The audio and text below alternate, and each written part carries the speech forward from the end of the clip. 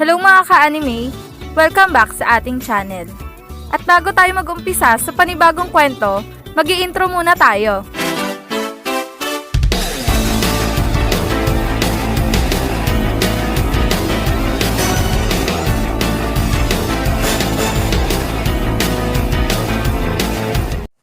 Ang nakaraan sa Winter Tournament, sobrang nadismaya si Morishige sa kanyang sarili dahil sa iniinda nitong injury. At iniisip nito na siya pa ang magiging dahilan kung bakit sila matatalo ng kupunan ng Kanagawa dahil hindi niya masasabayan si Sakuragi sa laban at hindi niya mailalabas ang kanyang 100% lakas dahil sa iniinda niyang injury. At dito na nagtatapos ang Chapter 300 ng Winter Tournament.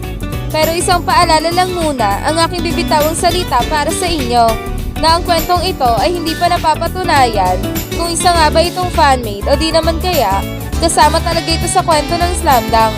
Sa kadahilanan na nabasa ko lamang ito sa isang site at walang anumang larawan na nakalagay sa mga ito.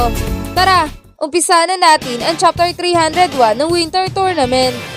Dahil nga sa nagawang mapatumba ni Sakuragi itong si Morishige sa simpleng bangga niya lamang, nakagawa ng puntos itong bida natin. Ngunit, hindi ito nakontento sa kanyang nagawa. Bagkus, nagtataka talaga ito sa kanyang sarili kung ano nga ba talaga ang nangyari dito kay Morishige dahil hindi nito lubos akalain na mapapatumba niya si Morishige sa ganong kasimpleng bangga lamang na ginawa niya. Habang ang coach ng Aichi naman ay biglang hiningi na nga ang kanyang huling timeout dahil sa napansin na nito na nararamdaman na ni Morishige ang kanyang injury na iniinda. Kaya naman, napilitan na itong hingiin ang kanyang huling timeout upang ibunyag na sa kanyang mamanlalaro ang kanilang sikreto ni Morishige na injury. At nang naibunyag na nila ang kanilang sikreto ni Morishige na may injury na itong nararamdaman bago pa magsimula ang laban na ito, itong ibang mamanlalaro ng Aichi ay talaga namang nagulantang sa kanilang kinauupuan at kanya-kanya silang pag-iisip kung paano na nila mapipigilan itong si Sakuragi sa ilalim ng basket kapag nawala na itong si Morishige sa laro. Ngunit, dahil nga sa may pusong mandirigma din itong si Morishige at may pagmamahal sa larong basketball, bigla naman itong nagsalita at napangiti sa kanyang kinauupuan at para bang wala na itong pakialam sa kanyang injury na nararamdaman. Ngunit, kahit na nakangiti itong si Morishige, may kita naman sa kanyang mga mata ang pagkadismaya sa kanyang sarili at talaga namang humingi ito ng paumanhin sa kanyang mga kakampi dahil na nga sa naramdaman nito na siya ang magiging dahilan kung bakit babagsak ang kanyang kupunan at kung bakit mawawala ng kumpiyansa sa kanilang mga sarili itong kanyang mga kakampi. Pasensya na kung bakit hindi namin agad sinabi sa inyo na may iniinda na akong injury. Kasi, ang totoong dahilan lang nito, kaya inilihim namin ito sa inyo upang hindi kayo panghinaan ng loob at patuloy na lumaban hanggang sa uli. Pero huwag kayong mag-alala sa akin dahil kahit na meron nga akong iniindang injury ngayon sa aking katawan, asahan nyo na ibibigay ko pa din ang lahat upang hindi maging pabigat sa inyo. Ibibigay ko pa din ang puso ng isang tunay na mandirigma sa larong pinakamamahal ko. At pumasok tayo dito sa larong ito bilang Yamado sa kupunan ng Kanagawa. Kaya naman, gagawin ko ang lahat upang lumabas tayo dito sa larong ito na Yamado pa din sa Kanagawa. Ngayon, asahan ninyo na hindi ako magiging pabigat sa huling minuto ng yugto na ito. At asahan ninyo na kahit ang aking katawan ang maging kapalit, ibibigay ko ito upang makuha lamang ang ating pangarap. Ang pangarap na maging kampiyon dito sa Winter Tournament. Kaya naman mga kasama, huwag niyong isipin na may injury akong iniinda ngayon. Bagkus, ipagpatuloy niyo lang ang inyong ginagawa at mag-focus pa din sa laban at wag sa akin. Tandaan niyo, buo na ang loob ko na ibuwis ang aking katawan upang makuha lamang ang tropeyo ng Winter Tournament. Kaya naman, sana kayo din, ibuwis niyo ang lahat upang matalo lamang ang Kanagawa. Yan ang sabi ni Morishige na namimilipit na sa sakit ng kanyang injury. Habang itong coach naman nila ay biglang nagsalita na din. Hiroshi, meron ka nga talagang puso ng isang tunay na mandirigma. Mahalin tulad ka nga talaga doon sa may pulang buhok na yon. Dahil parehas na parehas kayong dalawa. Pareho kayong may pagmamahal sa larong basketball. At ang inyong puso ay hindi kayang pantayan ng kahit na sino. At bilang mga bata at bilang mga rookie, nakikita ko na sa inyo ang future ng ating bansa. Ngunit, kung sinasabi mo na tayo ang mag-uuwi ng tropeyo, siguradong meron pa nga talaga tayong pag-asang manalo dito. Ngayon, ang tanging gawin nyo na lang dito ay ang labanan ng takot na inyong nararamdaman at ipakita sa kanila na walang sino man ang makakapigil sa inyo Kahit pa ang injury ni Morishige, magtrabaho kayo at trabahuhin ang huling minuto na ito upang tayo ang mag-uwi ng tropeyo ng Winter Tournament. Yan naman ang sabi ng coach ng Aichi. Sa kabilang banda naman, ang buong tropa ng Kanagawa ay nagwawala na naman sa tuwa dahil na nga sa muling naitaas na naman ng Kanagawa ang kalamangan sa Aichi sa 4 na puntos. Nice one, Sakuragi! Ngayon, nagamit na ng Aichi ang kanilang huling timeout. Mukhang tagilid na talaga sila sa laban na ito. At tayo na ang mag-uuwi ng tropeyo sa ating distrito. Dahil itong si Morishige, mukhang napapagod na at itong coach naman ng Aichi ay mukhang wala nang maisip ang plano para sa huling minuto na ito. Dahil kitang-kita naman sa kanilang coach na nangangamba na ito at wala nang alas pa na ilalabas sa huling yugto. Dahil nagamit na nila ang huling alas na yon at yon ay madali nyo lang natalo. Kaya naman, sigurado na ang ating pagkapanalo dito. Yan ang sigaw ng mga tropa ng Kanagawa. Habang itong mga manlalaro ng Kanagawa naman ay nakarating na nga sa kanilang bench. At itong si Ayako naman ay agad silang sinalubong at talaga namang sobrang saya nito. Nice one, team! Ang ganda ng ipinapakita niyong laro. Ngayon, kaunting pagtitiis na lang at kaunting kembot na lang at tayo na ang magkakampyon sa Winter Cup. At kayo mga batang Shouku, pati na din kayo mga batang Kainan, Shoyo at Ryonan. Ngayon, malapit na nating makamit ang pagiging kampyon. At sa wakas, andito na tayo, abot palad na natin ang ating mga pangarap. Ang pangarap na maghari dito sa Winter Cup. Yan ang sabi ni Ayako na biglang nagsalita si Coach Hansai. Tama nga si Ayako mga bata. Sa wakas, kayong lahat makukuha na natin ang ating pagkapanalo dito sa Winter Cup. At kayong mga bata ko, sa wakas, makukuha nyo na din ang unang kampyonato ninyo sa buong buhay nyo. Ngayon, panatilihin nyo na lang ang puntos na ito. Panatilihin ninyo ang kalamangan sa Aichi upang hindi na nila magawa pang makahabol sa atin. Pero tandaan nyo, wag na wag kayo magiging kampante sa laban na ito. Dahil hanggat may oras, siguradong may labanan na magaganap. Kaya naman mga bata, lumaban kayo hanggang sa uling segundo ng laban na ito.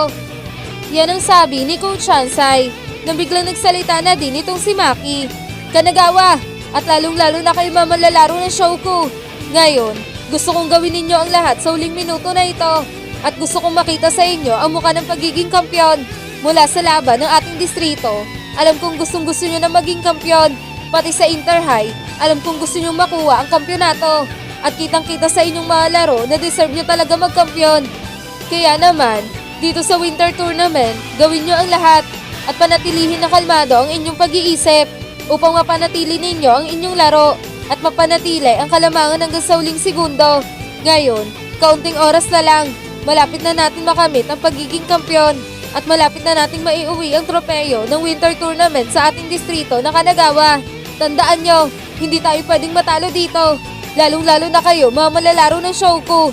Hindi kayo pwedeng matalo dito sapagkat dito nyo mararamdaman kung ano ang pakiramdam ng pagiging hari. Yan ang sabi ni Maki. Habang itong si Rukawa naman ay biglang napangiti at talaga namang nag-aalab ang kanyang mga mata dahil sa sobrang sabik sa pagiging kampyon. Tama nga si Maki at tama silang lahat na kung nagkataon na kami ang mananalo dito, siguradong ito ang kauna-unahang kampyon na magkakasama ang buong batang Shouku.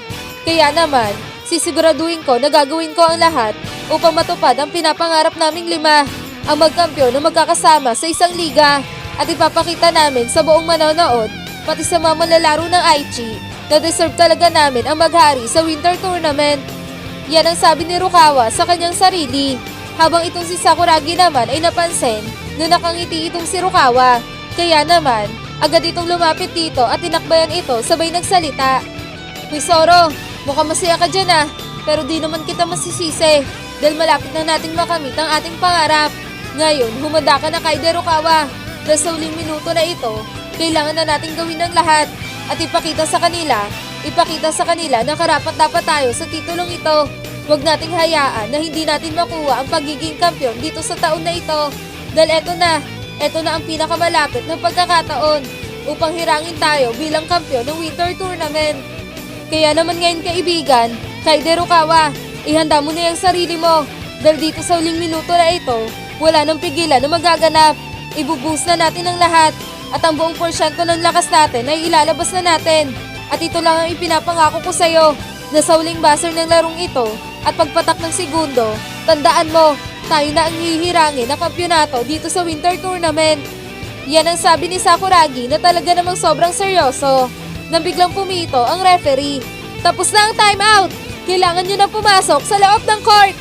Yan ang sigaw ng referee na naging dahilan upang magsitayo na ang mga manlalaro ng bawat kupunan at maghanda na sa pagpasok sa loob ng court. Habang itong si Sendo naman ay biglang nagsalita. Rukawa at ikaw Sakuragi, tapusin nyo na ang laban na ito. Naiinip na ako mahawakan ang tropeyo ng winter tournament. Kaya naman, ibuhos nyo na ang lahat dito at wag na kayo magtitipid pa. Dahil dito sa huling minuto ng laro, gusto kong ipakita nyo na ang lahat at ipakilala nyo na sa buong manonood kung sino nga ba talaga ang karapat-dapat na maging hari ng winter tournament. At yun ay walang iba kundi tayo, ang ating kupunan ng Kanagawa. Ang Kanagawa na minamaliit lang nila. Kaya naman, ipamukha nyo sa buong tagahanga ng Aichi at mga malalaro ng Aichi na tayo ang dapat nilang katakutan at hindi tayo ang dapat natatakot sa kanila. Yan ang sabi ni Sendo nang biglang nagsalita na din itong si Fukuda. Oo, tama nga ang sinabi ni Sendo. Naiinip na kaming mahawakan ang tropeyo ng winter tournament. Kaya naman, tapusin nyo na ito para makuha na natin at maiuwi na natin ang tropeyo sa ating distrito. Yan naman ang sabi ni Fukuda. Habang ang buong manonood at mga fans ng bawat kupunan ay nagsisigawan na nga at isinisigaw nila ang kupunan na kanilang pinapanigan. Aichi, galingan nyo! Na kahit down na tayo dito, pilitin nyo pa ding makabangon at alam naman namin na kayang-kaya nyo yan. Kaya naman, ipakita nyo sa kanilang lahat na tayo ang magkakampiyon sa taon na ito. Kaya naman, laban lang Aichi! At sa pagkakataon na ito, puso lang ang pairalin ninyo. Go Aichi! Aichi! Aichi! Aichi! Yan ang sigawan ng mga tagahanga ng Aichi. Kanagawa, galingan nyo din! Konting kembot na lang at siguradong atin na ang kampyonato dito.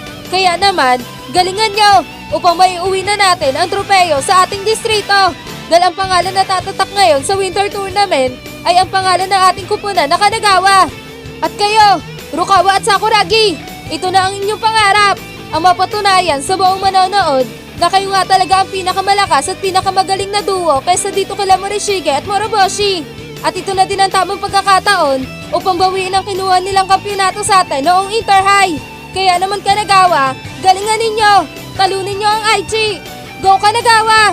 Kanagawa! Kanagawa! Kanagawa! Yan naman ang sigawan ng mga tagahanga ng Kanagawa. At dito na nagtatapos ang Chapter 301 ng Winter Tournament. Isang nakabiting katapusan na naman ang ating nasubaybayan mga ka-anime. Kaya naman, patuloy pa nating subaybayan ang mga susunod na chapter. At kung nagustuhan nyo ang ating kwento, share nyo na ito at mag-iwan na din kayo ng isang like para mas ganahan akong gumawa pa ng mas maraming video.